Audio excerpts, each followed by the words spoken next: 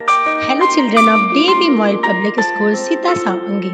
Let's begin e-learning class with your Aarti teacher, Standard 4, Subject Science, and our topic is water scarcity and conservation of water.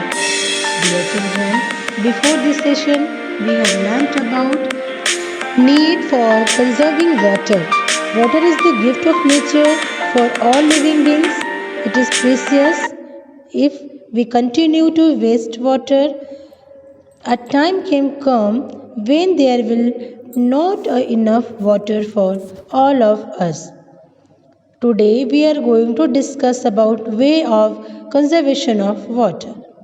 Dear children, we have also discussed some way of conserving water in previous class. Turn off the tap after using water. Do not keep the tap running while brushing teeth or washing hands.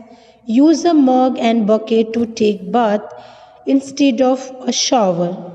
Water the plant with a bucket and mug instead of pipe. Take only that much water in a tumbler that you can drink. Do not throw the leftover water in the sink. Pour it over plants. Get the leaking pipes and tap repair immediately. Today we are going to discuss another way of conserving water. Regions which get heavy rainfall are often flooded. Proper management of rainwater will not only prevent the destruction caused by flood but also help in conserving water. Dam can be constructed to check floods. They also help to preserve large quantity of water. However, it is important to carefully plan the size, location and use of dams. We all need to do as much harvesting of rainwater as possible. In cities, rainwater flows directly into drains. It should be collected in large underground tank from where it seeps slowly into the ground. This helps in increasing the level of underground water. Rainwater may also be collected in overhead tanks and used for daily needs.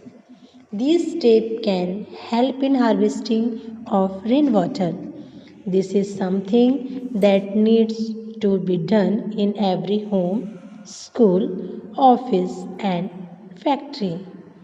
Children, we must take care to conserve water and preserve it for the future.